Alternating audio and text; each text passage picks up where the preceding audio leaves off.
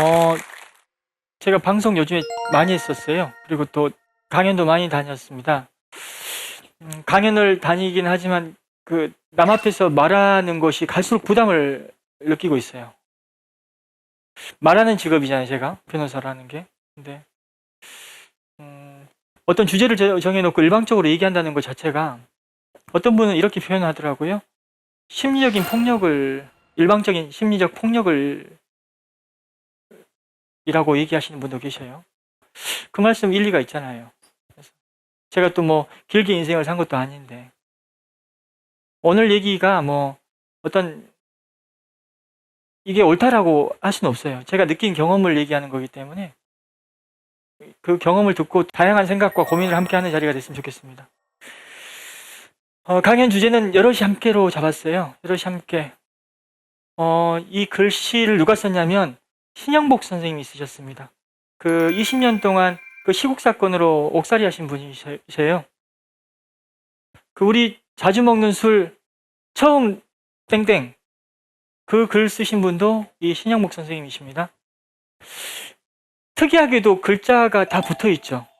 그래서 또 독특한 글자이기도 하고, 야, 한글을 이렇게 굵게 쓰니까 이렇게 또 멋있을 수 있구나, 그런 느낌 드시죠?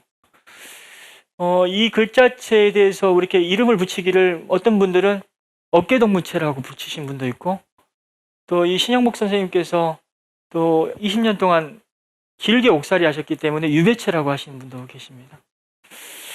하여간 이분 글씨의 특징은 이 연대를 강조하는 것 같아요. 이 여럿이 함께라는 이 단어에서 느낌이 연대 아니겠습니까?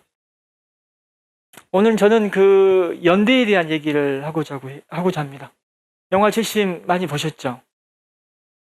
250만이나 봤다고요. 250만.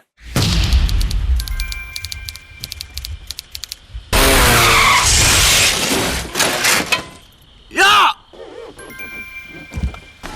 아따, H에 생겨버렸네. 왜?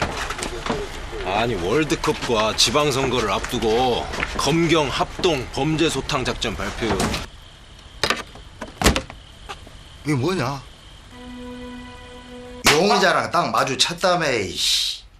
이게 다야? 최근 늘고 있는 약촌의 청소년 강력범죄 예방 차원에서 법정 최고형을 부여하겠습니다.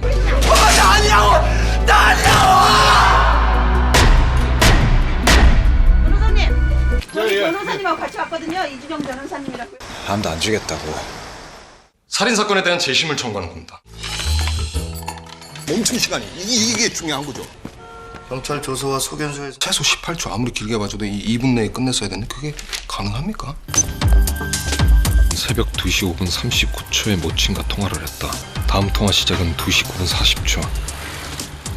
타코메타에 기록된 택시가 멈춘 시간이 2시 8분.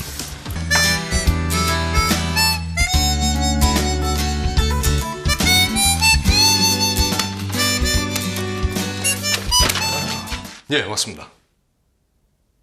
변론 시작하시죠.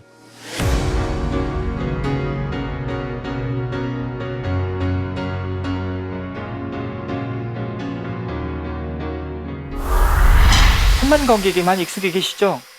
천만은 봐야 흥행한 것이지 뭐 250만 갖고 그런 얘기 하냐라고 하실 수 있는데, 작년 연말부터 올해 초까지 가장 핫 이슈는 뭐니 해도 국정농단 사태였잖아요. 이 영화가 2월 초에 개봉됐어요. 근데 현실이 영화보다 더 드라마틱한 세상에서 250만 봤다는 것도 굉장히 고무적인 성과라고 합니다. 근데 또 한편으로는 영화사가 홍보를 정말 잘했어요.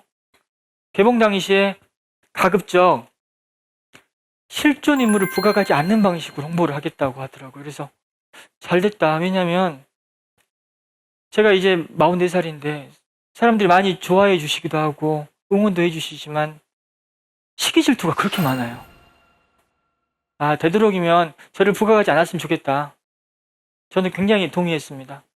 근데 이제 개봉 이후에 이제 그 의미를 제가 알게 됐죠. 영화사의 어떤 고도의 지능적인 홍보 전략이라는 걸. 영화를 보고 나오신 지인분들이 저한테 하는 얘기가, 영화를 보는 내내 배우 정우 얼굴 나올 때마다 제 얼굴이 떠올라서 영화에 집중을 못했다고 하더라고요. 아, 실존 인물을 부각하지 않는 게 영화 집중을 위해서 필요하구나. 그래서 250만이나 받던 것 같아요. 영화 이후에 이제 많은 분들이 알아봐 주시죠. 뭐 길거리에서 알아봐 주시기도 하고, 이제는 모자를 눌러 쓰고 다니도 알아보시대요. 선글라스 써도 알아봐 주시고.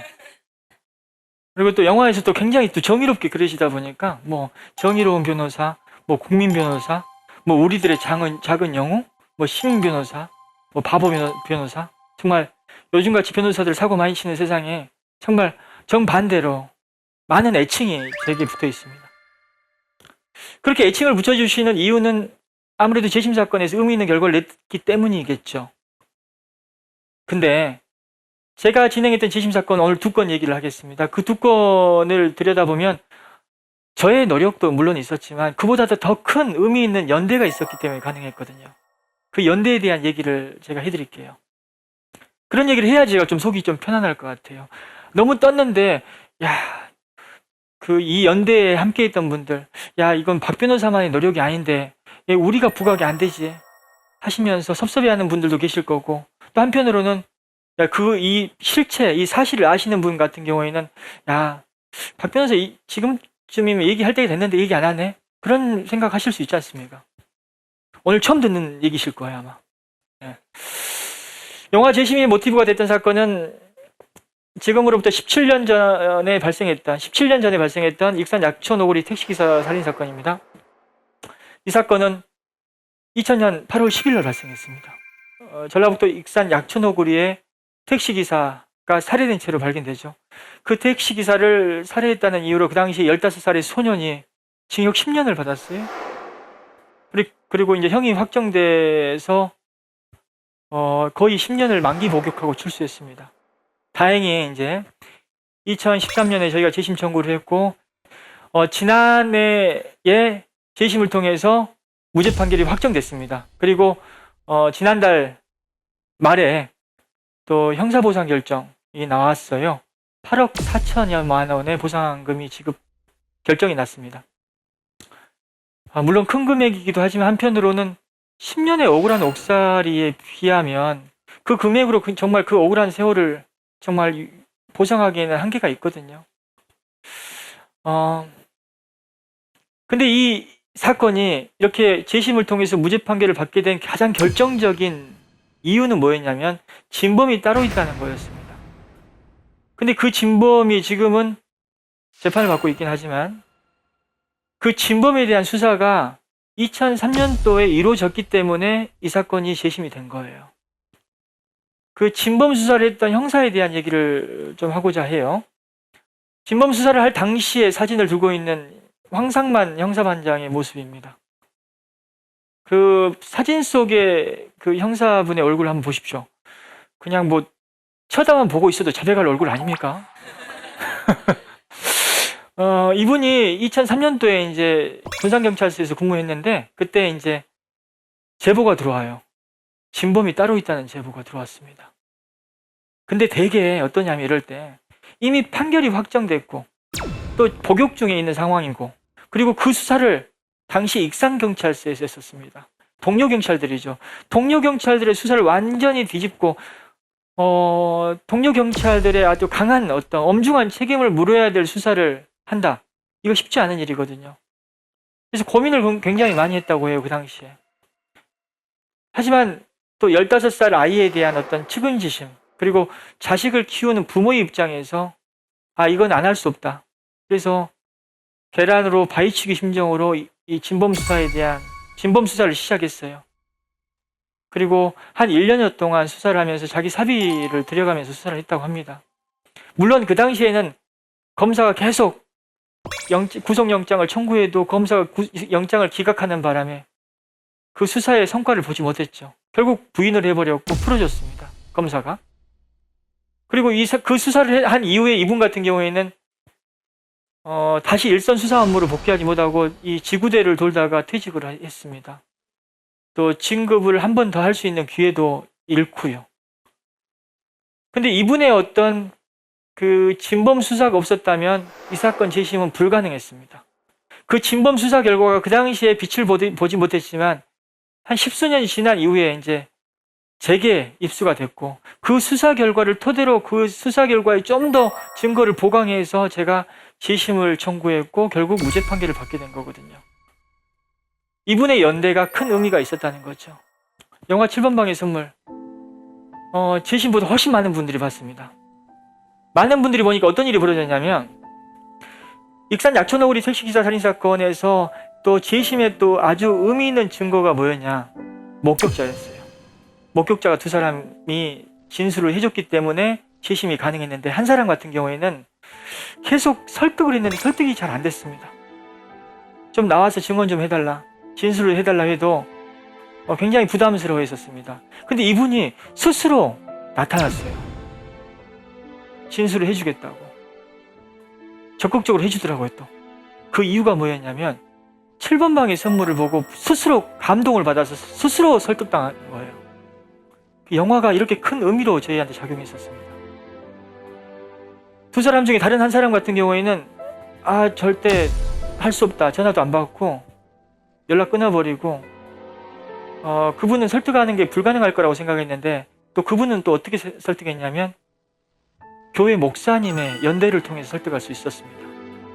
그분이 이제 택시 운전기사였는데 어느 교회에 다닌다는 사실을 저희가 알게 된 거예요. 그래서 일요일 날 아침에 예배 시작 전에 그 교회를 찾아갔어요.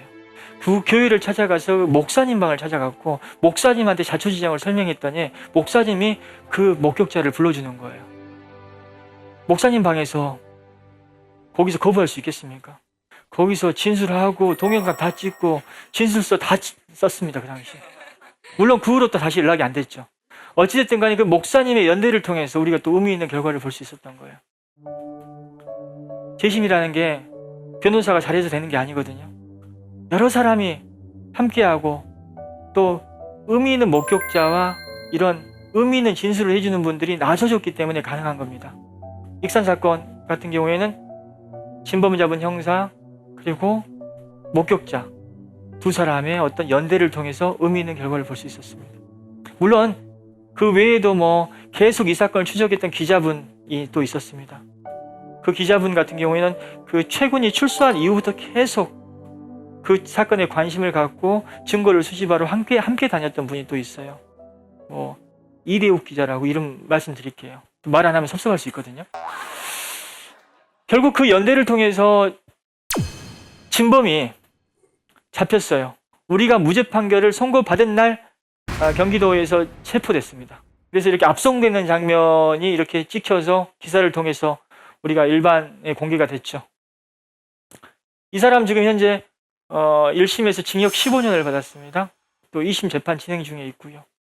이런 어떤 우리가 무죄 판결을 받고 또 진범이 잡혀서 지금 단죄를 받는 이런 상황, 연대를 통해서 가능했던 겁니다. 여럿이 함께 갔기 때문에 가능했던 거죠.